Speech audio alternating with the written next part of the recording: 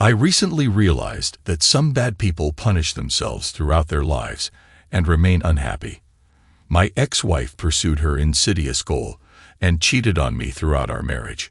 It was hard to accept, but it's easier to accept that sooner or later, every cheater will pay for their actions in the most terrible way.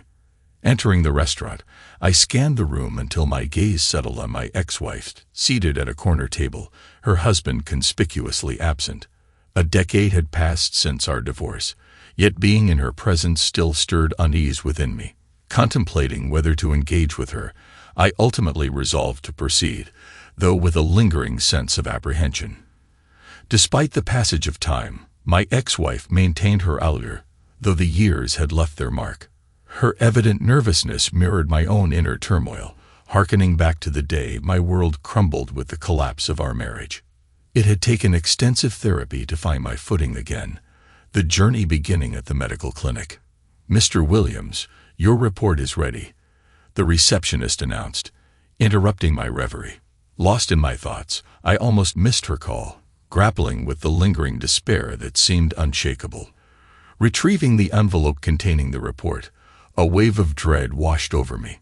Despite its innocuous appearance bearing only my name, Justin Williams, I knew its contents held the potential to upend my life once more. Dazed, I crossed the street to a park and located an isolated bench. Unaware of the drizzle or the bench's dampness, my attention was solely on the envelope. With trembling hands, I tore it open. Though the report contained many unfamiliar terms, what stood out to me was that it was a DNA test involving 4 individuals: myself, my wife Amber, my daughter Jennifer, and my son Todd. It took several attempts to grasp the report's message. It revealed that my children were biologically related to their mother and shared the same father. But that father wasn't me. Overwhelmed, I broke down in tears. After 17 years of marriage, discovering that my life was built on deceit was unbearable. I was lost, unsure of what to do or think. Our marriage had begun under unusual circumstances. Amber had dated Jimmy Swanson throughout high school, someone I'd considered a decent guy. He'd been the star quarterback, though our football team wasn't particularly successful. I knew this well, having played as the starting middle linebacker for 3 years after initially being a substitute due to our school's small size, which required almost all players to suit up. In the initial 3 years, our team only managed to secure victory in a total of 5 games. However, during my final year, inexplicably, we achieved a 6-2 record and clinched the regional championship with a score of 9-7. Despite Jimmy's poor performance that day, our defense stepped up significantly.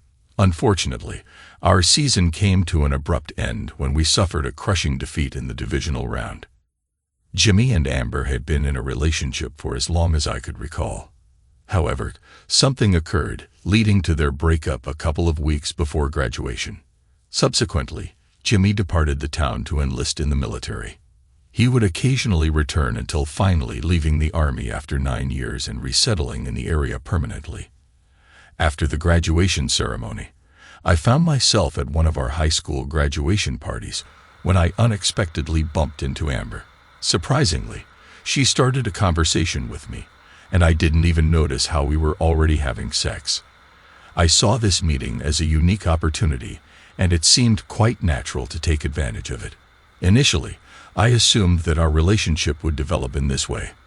However, the reality turned out to be completely different than I expected. 4 weeks after our affair, Amber caught up with me at the pizza shack. She disclosed that she was expecting, and I was the father. It was another instance where I found myself at a loss for thoughts, actions, or words. Despite the turmoil, tears didn't come. Instead, I sought solace in confiding with my father. It marked one of the toughest conversations I've ever had with him. Naturally, he expressed his disappointment yet urged me to act honorably. Hence, we decided to marry. Despite being just 18, Amber preferred to keep her pregnancy a secret from her parents until after the wedding. My father handled the arrangements, and within 2 days, we eloped to a neighboring state.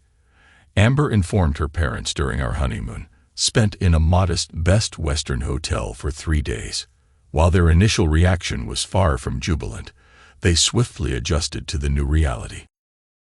Amber's parents, Fred and Janice Burton, epitomized conservative values stemming from their affluent background. Despite their wealth, they held steadfast to traditional principles and strove to instill a strong work ethic in their children. Fred served as a vice president at a bank, while Janice tended to their household as a stay-at-home mother. Among their 3 children, Julie, Sarah, and the youngest, Amber, tradition was paramount. It took some time, but eventually the Burtons grew to accept the idea of our marriage and began to warm up to me. Over the years, I developed a close bond with Amber's parents, particularly with Fred, who often expressed that he saw me as the son he never had. So it was devastating when Mr. and Mrs. Burton tragically passed away in a car exceeding 5 years after our wedding. My marriage with Amber wasn't always smooth sailing. She could be temperamental and demanding. When displeased with me, she didn't hesitate to withhold intimacy. Our sexual encounters were infrequent, occurring only once or twice a week on average, and during times of conflict, we could go weeks without any physical intimacy. Many might question why I tolerated this behavior. To be candid, I was quite naive and deeply in love.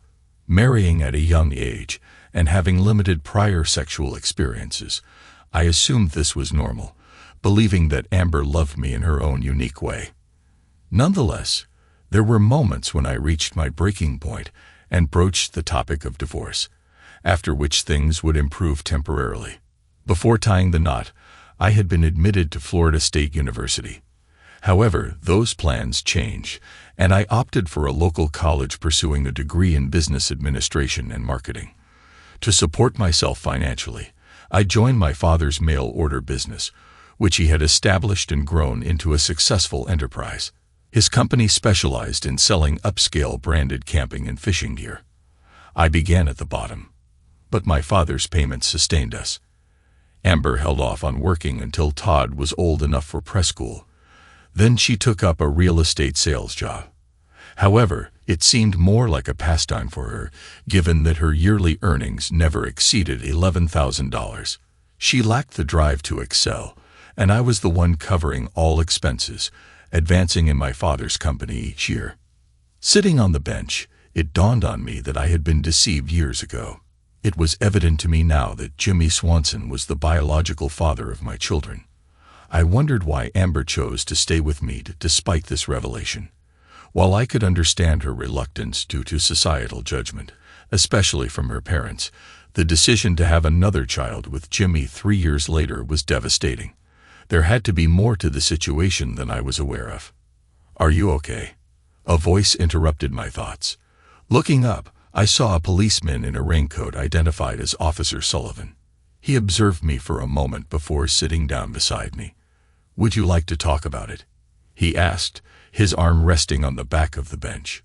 "Sometimes sharing your troubles can be helpful.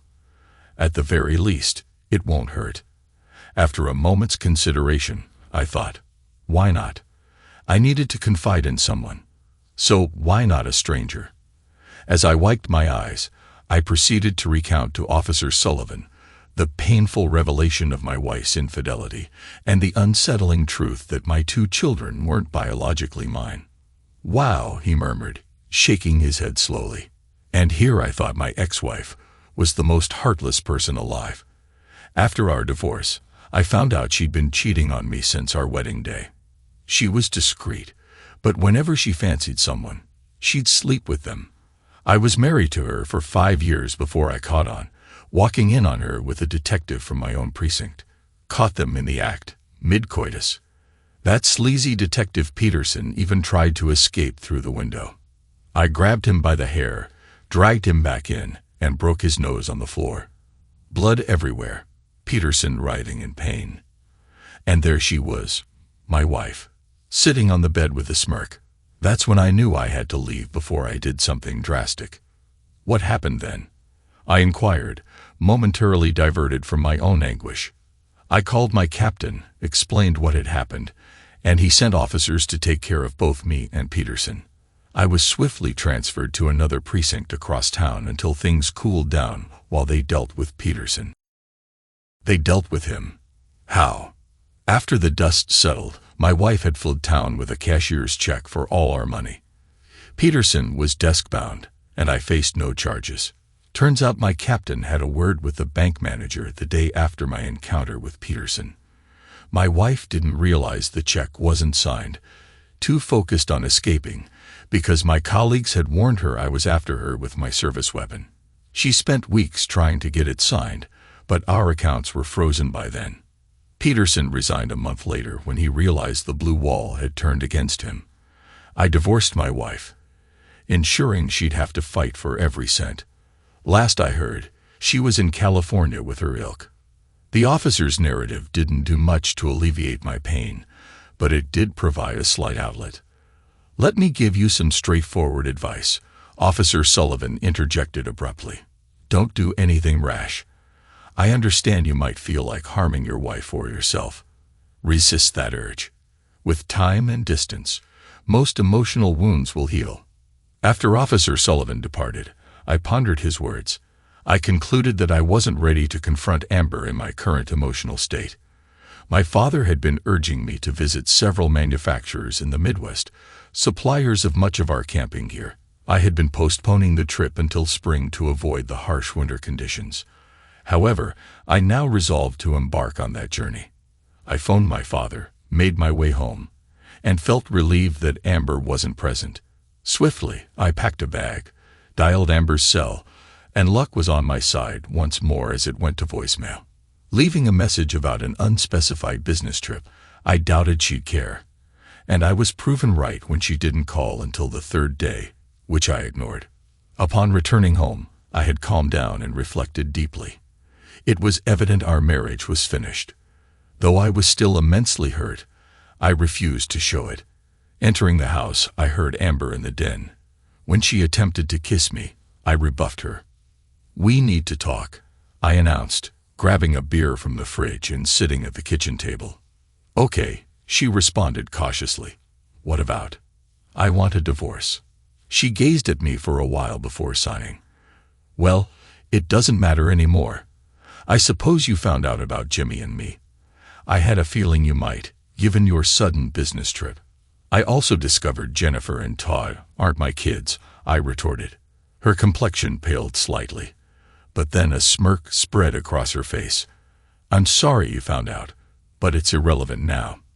My eyes widened, and I shook my head in disbelief. "I'm at a loss for words after what you just revealed. Are you remorseful for getting caught? Regretful about your affair with Jimmy and the resulting pregnancies? Or are you simply sorry that I uncovered your deceit? Is it remorse over my naive love for you? What exactly are you sorry for?" Amber showed no signs of shame. "No, I'm only sorry you found out about the children. My plan was to divorce you after my 35th birthday next week. I planned to inform you that I no longer loved you. Then after some time, I would pursue a relationship with Jimmy, eventually marrying him. Over time, I hoped the children would accept him as their stepfather, and when they were older, I would reveal his true paternity." "What's significant about your 35th birthday?" I asked, still struggling to comprehend. "I never mentioned it, but my grandparents established separate trusts for my sister and me, each worth $7 million. However, the condition was that we had to marry by 25 and remain married by 35 to gain full access to the funds.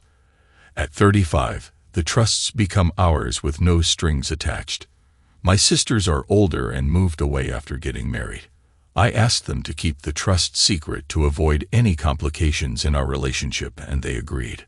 "Why didn't you marry Jimmy then?" "Because my grandparents were very traditional. According to the trust terms, my parents had to approve of my spouse. My father particularly dislikes Jimmy. Knowing that our parents were friends with yours, I believed they would accept you without objection." I seethed with rage internally. Amber had squandered 17 years of my life, deprived me of my children, and deceived everyone solely to inherit her grandparents' money.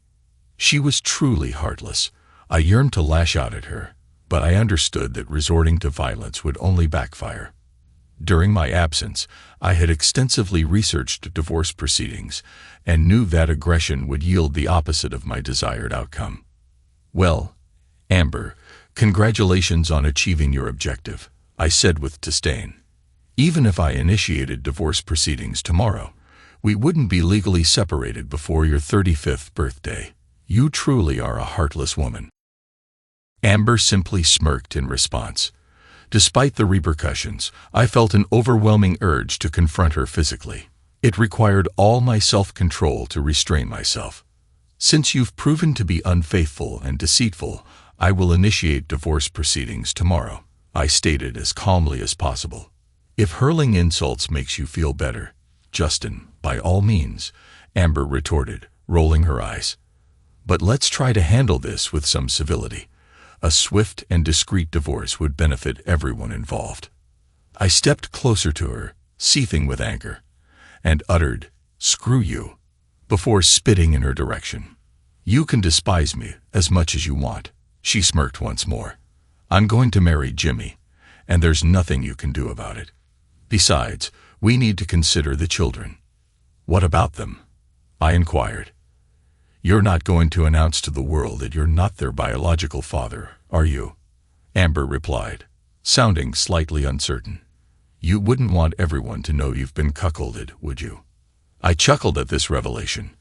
I suppose by the traditional definition of cuckold, I fit the bill, originating from the behavior of cuckoo birds, which lay eggs in other birds' nests, leaving them to raise the chicks. So, in that sense, I am a cuckold. However, the definition I adhere to involves a wife's infidelity with her husband's consent. I certainly didn't consent to your cheating, and even by the traditional definition, the shame lies with the unfaithful wife, not the husband. So I couldn't care less if people perceive me as a cuckold. What matters is that the children deserve to know the truth.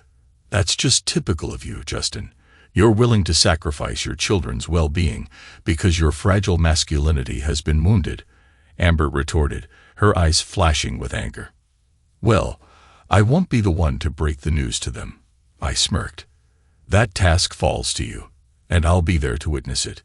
And if you refuse, I'll have no qualms about revealing certain photographs of you and Jimmy in compromising situations. The choice is yours." Of course, I had no such photographs, but Amber was unaware of that fact. She must have been questioning how I obtained them, given the circumstances.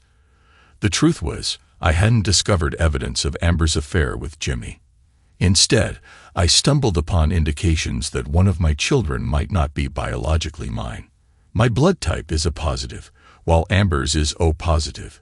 Jennifer shares her mother's blood type, but Todd has a different one, B positive. Given our blood types, Todd couldn't possibly be my biological son. Reluctantly, I sought DNA tests to confirm my suspicions. Amber raised a fuss and threatened to publicly shame me. However, I informed her that I would talk to the kids with or without her, so eventually, we sat down together with them. The next day, we both waited for the kids to return from school. "Kids, come into the kitchen. Your mother and I need to talk to you," I called out as they entered through the front door. Jennifer and Todd looked utterly confused as they sat down, glancing between their mother and me. "Kids, it's difficult to say this," Amber began, nervously twisting a napkin, "but your father and I are getting divorced." The kids reacted strongly, and I had to calm them down. "Let your mother finish, and then we'll talk." "It's no one's fault," Amber tried to continue, but I interrupted her by slamming my palm on the table. "Enough, Amber," I said angrily. "Since you won't be honest, I will. You're old enough to handle it. But first, know that I love you both unconditionally. I don't know how your mother feels about you." "You jerk," Amber retorted. "You know I love our children just as much as you do." "Whatever," I dismissed her, then turned to our kids and saw the fear in their eyes. "Your mother cheated on me, so I'm divorcing her, but there's more you need to know." "You're just being a real jerk about this, Justin," Amber snapped. "This isn't easy for me, and it hurts. But while your mother was cheating, she got pregnant by her lover and had both of you. I'm not your biological father. Jimmy Swanson is." The children remained silent initially, tears streaming down their faces. Witnessing their pain struck me deeply. However, I understood that it was better for them to hear the truth from us rather than succumb to the inevitable gossip that would circulate through the town. "Why, Mom?" Jennifer choked out amid her tears. "Why would you betray Dad? Betray us?" Amber shot me a hostile glance before addressing her daughter. "Because I love Jimmy Swanson." "Let's reveal the whole truth now," I interjected, my disdain for Amber evident. "Your mother stands to inherit $7 million when she turns 35, as long as she remains married, which she will. She couldn't marry Jimmy before because your grandparents disapproved of him. According to the terms of the trust, if she defied her parents' wishes and married him, she would have lost her inheritance." Todd was now weeping while Jennifer had risen from her seat and positioned herself in front of her mother. "You did all of this for money. You tore us apart for money. For money." Jennifer advanced and delivered a resounding slap to her mother. Then she lunged further, causing Amber to fall to the floor. In an instant, Jennifer was upon her mother, delivering hard slaps and punches. I had anticipated a challenging conversation, but violence was beyond my expectations. It took all my strength to restrain my daughter, who weighed only 100 pounds. Once I had Jennifer under control, I escorted her to the living room and instructed her to sit on the couch. Returning to check on Amber, I found her slowly getting up, blood dripping from her nose and lip. "I hope you're satisfied with yourself, Justin," Amber spat angrily. "You've truly messed up our children. Don't you dare blame my dad for this mess, you wretched woman." Jennifer screamed, charging back into the kitchen.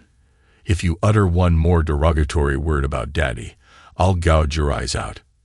Amber recoiled from her daughter, clearly taken aback and somewhat frightened. "Amber, I believe it would be best for you to find somewhere else to stay for a few days," I suggested, attempting to maintain a sense of calm and reason. "At least until emotions have a chance to settle." Amber, though unhappy, proceeded to pack a bag. Before leaving, she popped her head back into the kitchen. "Don't worry, kids, I still care about you." If glares could kill, Jennifer's stare would have been lethal. Amber sensed she was pushing her luck and departed. It took hours to soothe the kids, with Todd still in tears at bedtime, leaving Jennifer terrified. "Will you still be our dad?" Jennifer asked as we sat in the kitchen. "I'd be devastated if I lost you." "You'll be 18 soon," I replied. "Then you can choose. Legally, I might not have parental rights, but know this. You'll always be my daughter, and I'll always love you." Jennifer managed a brave smile before I kissed her goodnight and went to Todd's room. Though he'd stopped crying, he looked utterly miserable. None of us slept well that night. I doubted my decision to confront the kids, but I couldn't see a better way.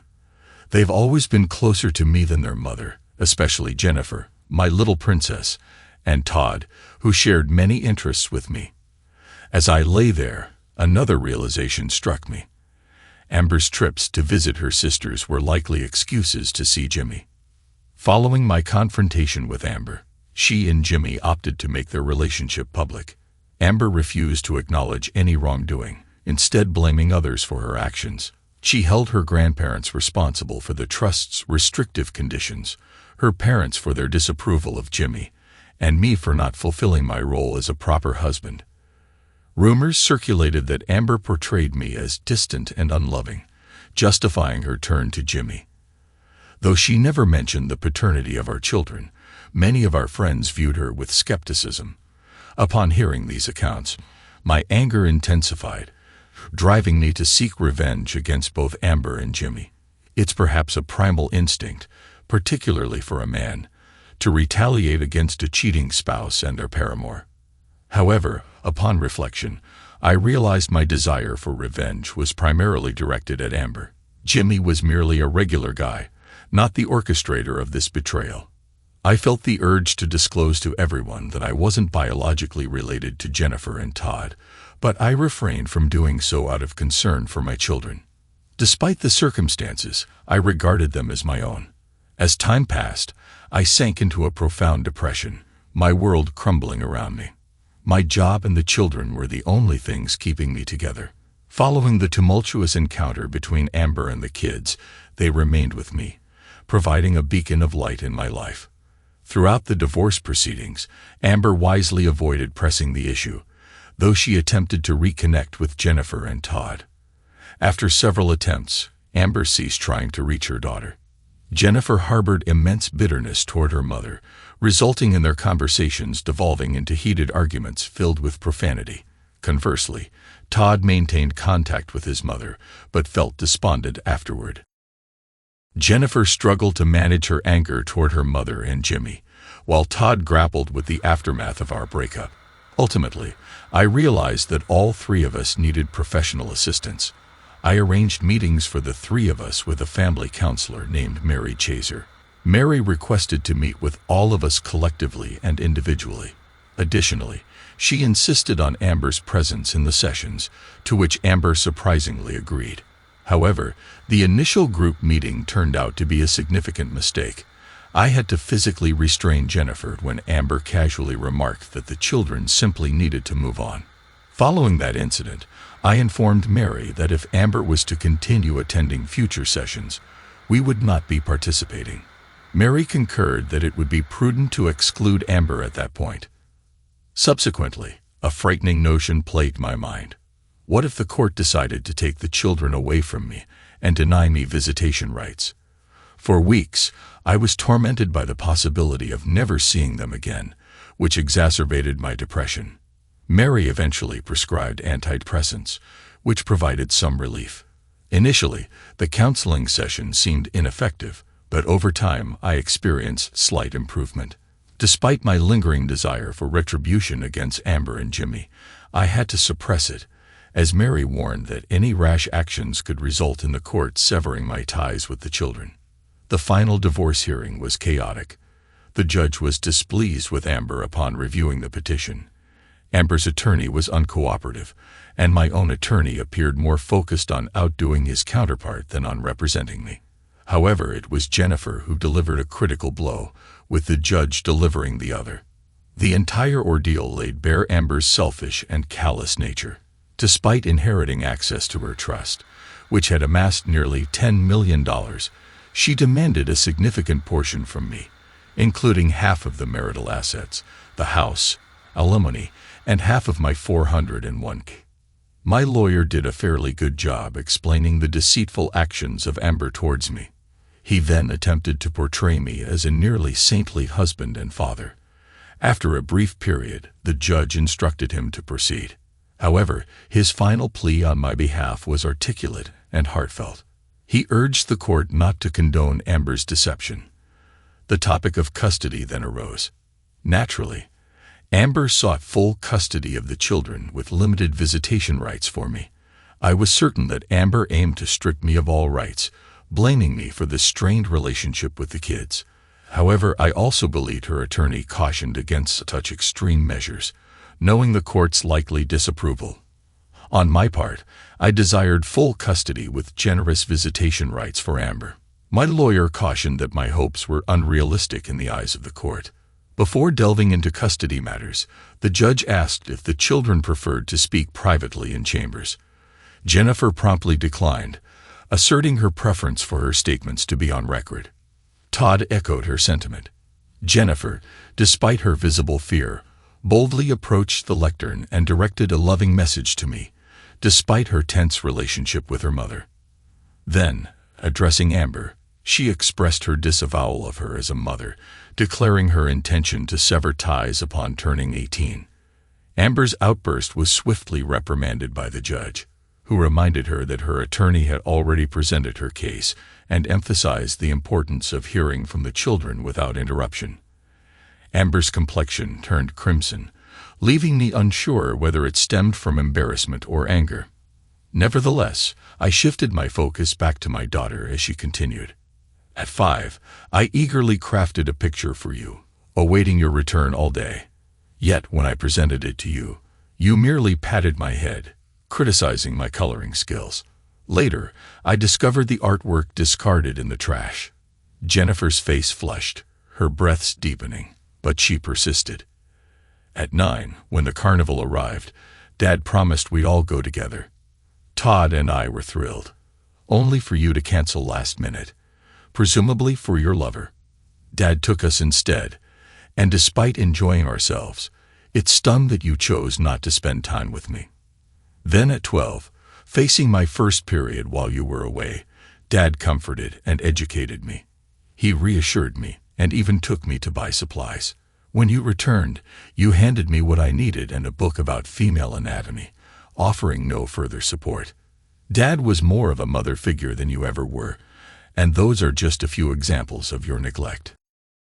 Jennifer paused, brushing away a tear from her cheek, and cast another piercing gaze at her mother.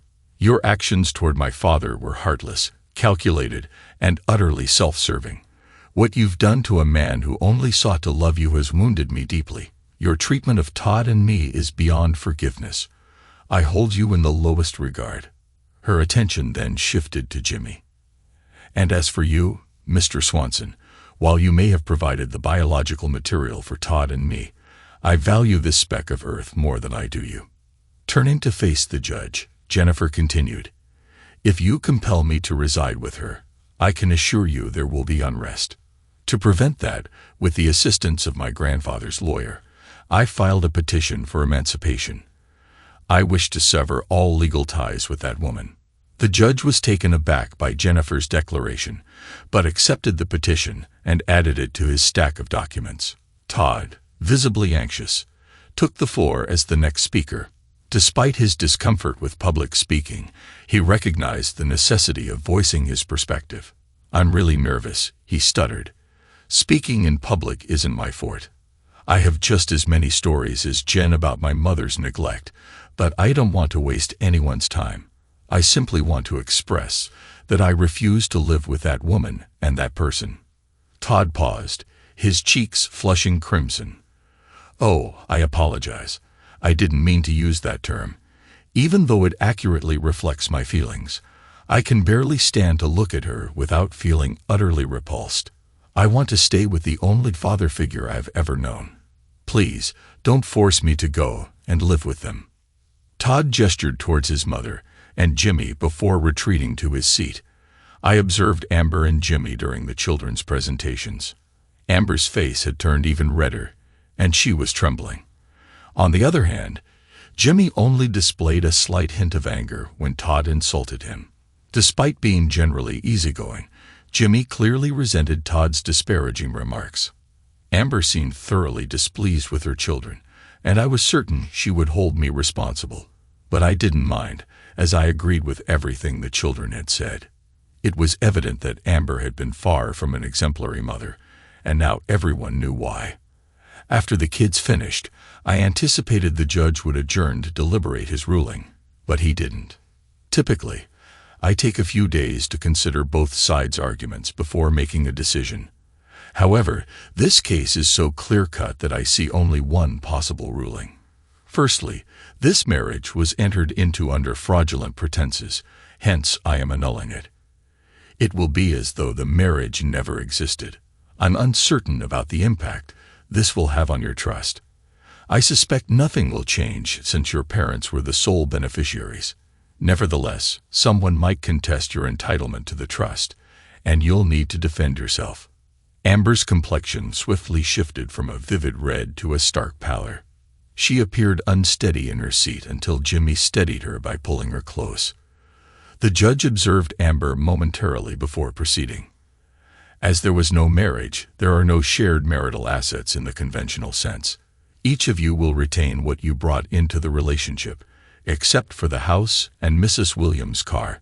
Despite Mr. Williams evidently covering the expenses for the car, it is registered under her name and will remain her property. The house is jointly owned. Thus, I decree that the proceeds will be divided upon its sale. Upon reviewing the evidence, it's apparent that Mr. Williams contributed approximately 90% towards expenses during your time together. Hence, I rule that all investments be divided in a 90-to-10 ratio, unless Mrs. Swanson can substantiate a contribution exceeding 10%. I glanced at Amber and saw a thoroughly infuriated woman. Clearly, this court hearing wasn't unfolding as she had anticipated. Personally, I was pleasantly surprised by the proceedings. I had heard countless horror stories of husbands being mistreated by the courts. However, everything changed when the judge declared that there had never been a marriage between us, and I wasn't legally tied to Amber. Now, regarding custody, the judge began. I understand that Jennifer and Todd are deeply affected, so I must take that into consideration.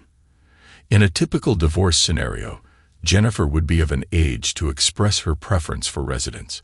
However, since Mr. Williams is not the biological father, and the marriage has been annulled, I cannot award him custody. Nonetheless, as Jennifer has already petitioned for emancipation from her mother, I will permit her to reside with her grandparents if they are willing to take her in. She will be under their supervision until a decision is reached on the emancipation request. Ultimately, in approximately a year, she will have the autonomy to decide her place of residence. A brief glance in Amber's direction caught me off guard. A solitary tear traced its path down her cheek. Amber and Jennifer had never seen eye to eye, particularly over the past 5 years. I chalked it up to Jennifer's rebellious teenage phase, reminiscent of the clashes my sister and mother experienced during her high school years. However, unlike my family, Amber and Jennifer's relationship seemed doomed. Amber's betrayal severed any ties with her daughter, at least for the foreseeable future. As for Todd Williams' custody, the judge remarked with a frown, I understand his strong preference to reside with Mr. Williams due to his grievances with his mother. Yet Mr. Williams has no legal standing in this custody decision. Hence, custody is awarded to Mrs. Williams with a recommendation for generous visitation rights for Mr. Williams. However, I cannot enforce this recommendation.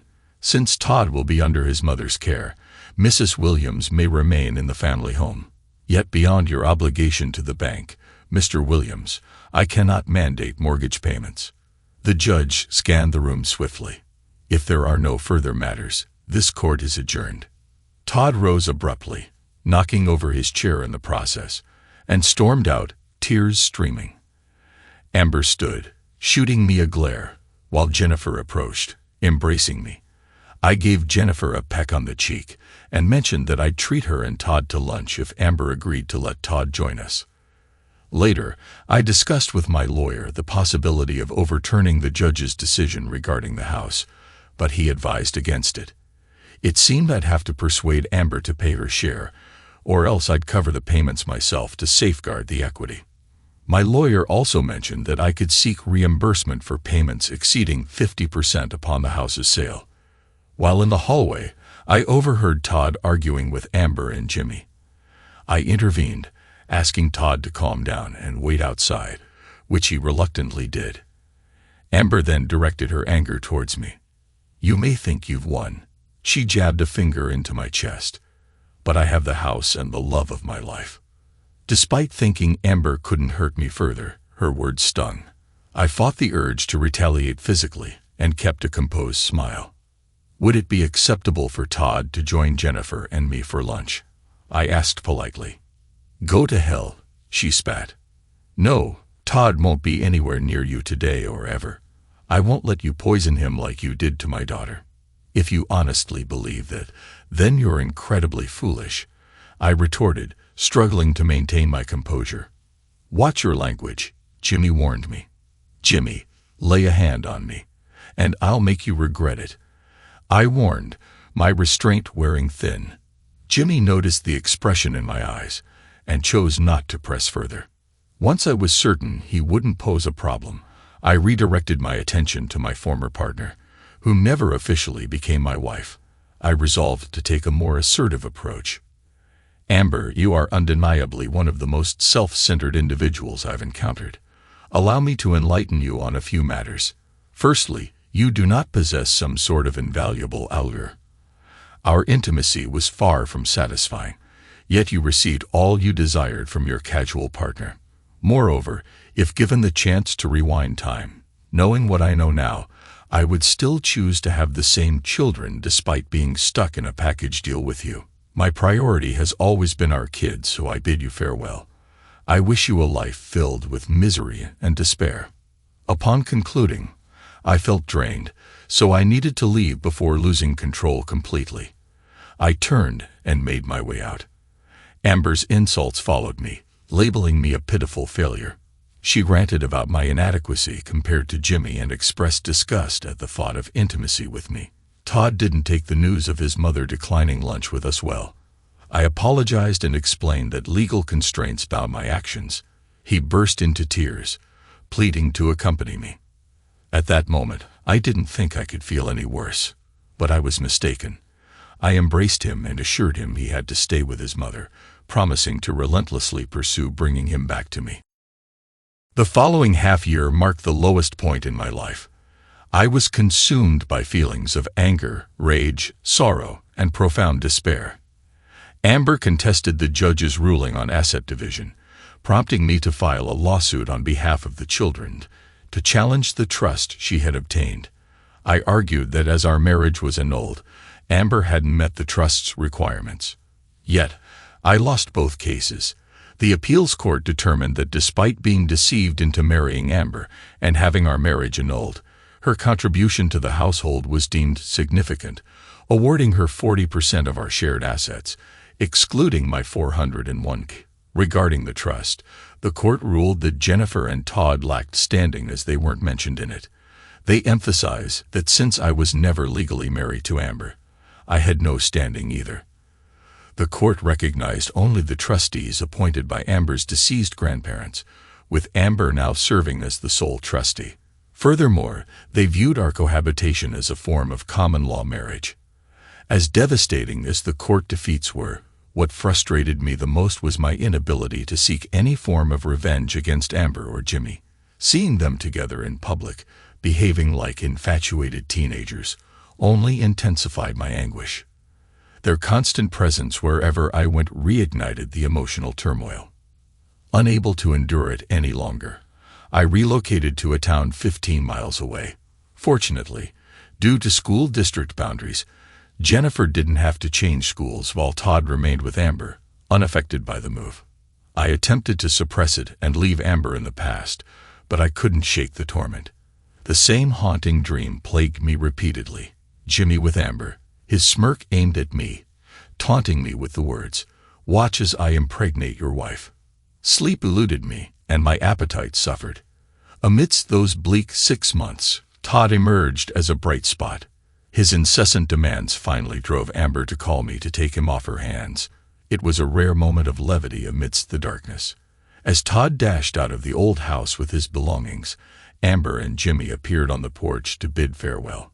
Unexpectedly, tears streamed down Amber's face, while Jimmy looked relieved. As Todd made his way to my car, Amber professed, "I love you." Todd didn't pause but flipped his mother and Jimmy the bird. Amber broke into uncontrollable sobs.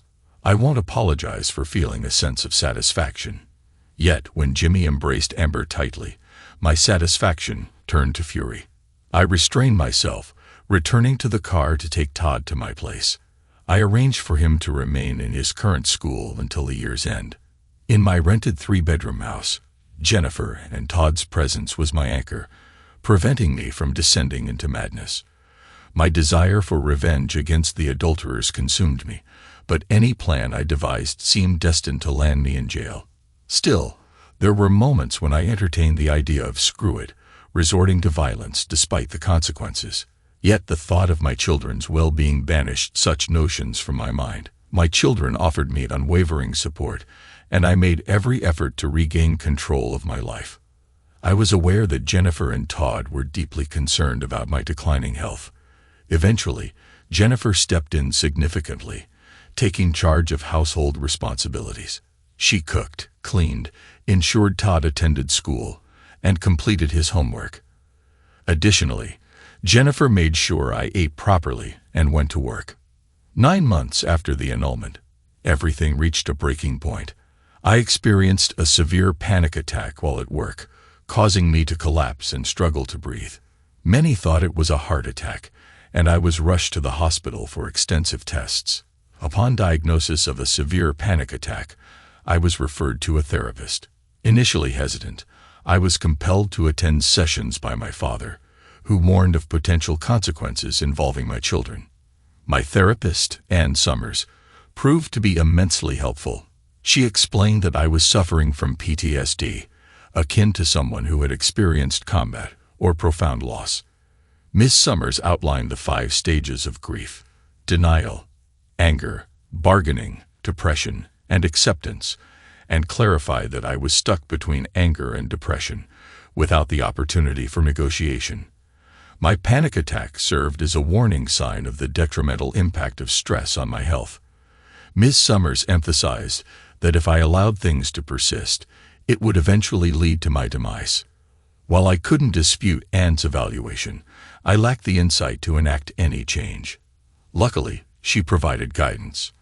I was tasked with maintaining a journal documenting every negative thought I harbored towards Amber and Jimmy. At the conclusion of each entry, I was to inscribe, "I forgive them." During our sessions, I had to confront my darkest musings about my former spouse, and we'd dissect them together. One particularly disturbing notion involved a violent act towards Jimmy. After deliberation, I acknowledged that I couldn't live with the guilt of harming another person, even him, and then prompted me to consider the impact on our children if I were to carry out such actions. I conceded that their respect for me would likely diminish. Thus, the theme persisted with each hateful thought: the welfare of the children.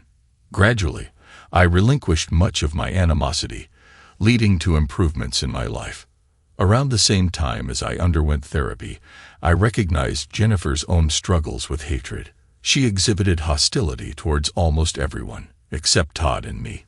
Even her interactions with her grandfather sometimes turned sour. Eventually, my father encouraged me to seek counseling for the children, a step I promptly took.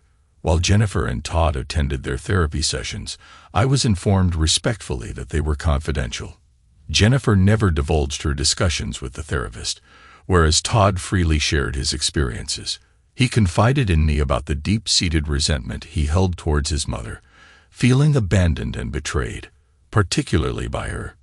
Despite Todd's anger towards his mother, he revealed that Jennifer's fury eclipsed his own by a significant margin.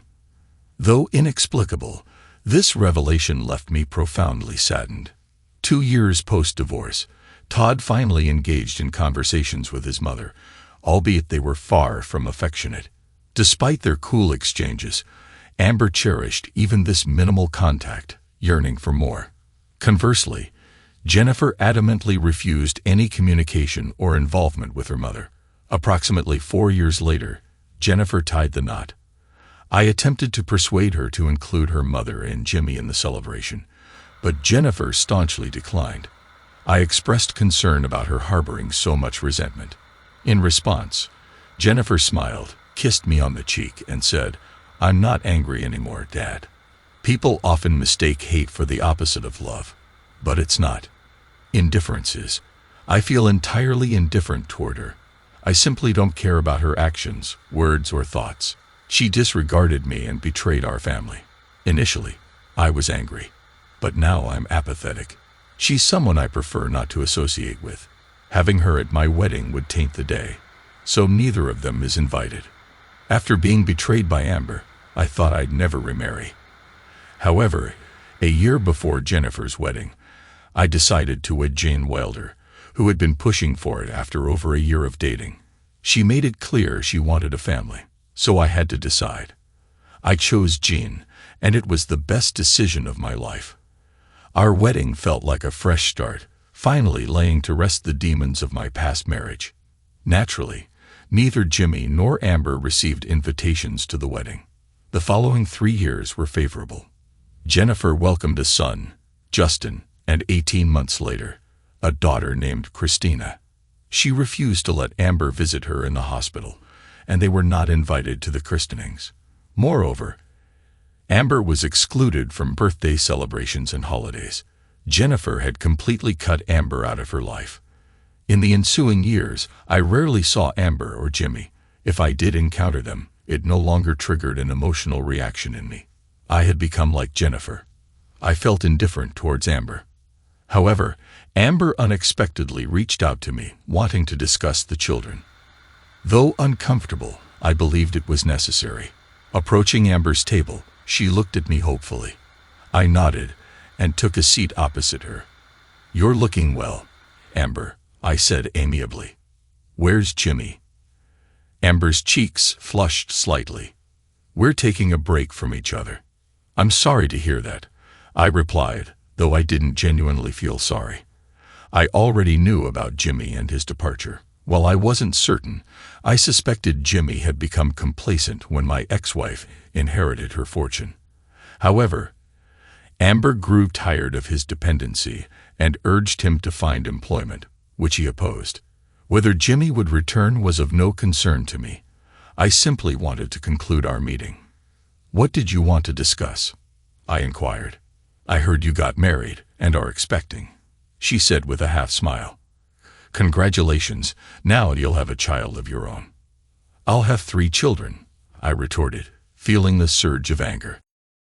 Amber acknowledged her significant error, expressing remorse for her thoughtlessness and clarifying her true intentions. She conveyed her happiness for the expectant parents' joy. My tension eased as I accepted her apology and inquired about the topic she wished to discuss further. Expressing distress, Amber revealed her anguish over Jennifer's refusal to communicate or allow her involvement in the lives of her grandchildren. Despite her longing to be a part of their lives, Jennifer remained distant.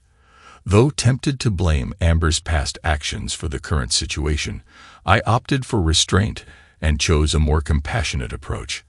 I asked what specific action she wanted me to take. Desperately, Amber appealed to my influence with Jennifer, believing she would heed my words. I explained that I had already attempted to intervene on her behalf, advocating for her inclusion in various family events. However, Jennifer remained steadfast in her refusal, even threatening to boycott gatherings if Amber was invited. Overwhelmed with despair, Amber questioned if Jennifer harbored such intense animosity towards her. I assured her that Jennifer didn't hate her, but rather felt neglected during her upbringing, and subsequently chose to distance herself. Despite my efforts to persuade Jennifer otherwise, she remained resolute in her decision. Amber's tears fell silently, and I gently squeezed her hand. "I'll keep making an effort. Perhaps one day Jennifer will soften." "I've made such a mess, Justin," she confessed, tears streaming down her face. "I was selfish and cruel. I'm truly sorry. I know it might not mean much now, but I genuinely apologize."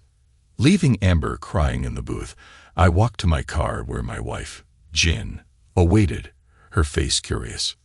"So, what did your never-wife want?" she inquired. "Just what you'd expect," I replied sadly. "Amber wants me to help her reconcile with Jennifer." "Isn't it said that we're the result of our life choices?" Jean pondered. "Yeah, it's true." I nodded. Yet despite everything Amber put me through, I can't help but pity her. Driving home, I realized all the time spent plotting revenge against Amber was futile. She had created her own misery and was trapped in it every day. Thanks to everyone who took the time to listen to today's stories. If you enjoyed it, please consider liking and subscribing if you haven't already. Feel free to share your thoughts on the events in the comments below. Take care.